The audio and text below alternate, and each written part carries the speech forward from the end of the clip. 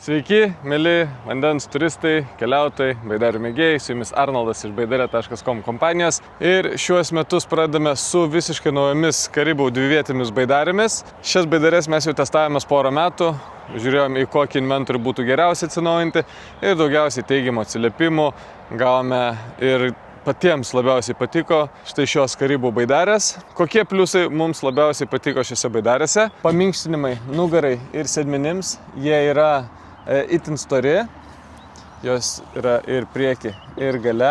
Fiksuotos kojų atramos, jos yra ir prieki, ir gale.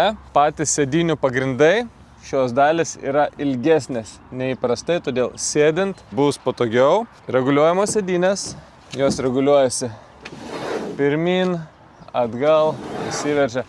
Tad galite susidėti daiktus pilnos dienos kelioniai, 2 dienų kelioniai, 3 dienų kelioniai. Šios baidarės yra labai erdvės. Galima atsisėsti pilnai gale, 1,90 m žmogus.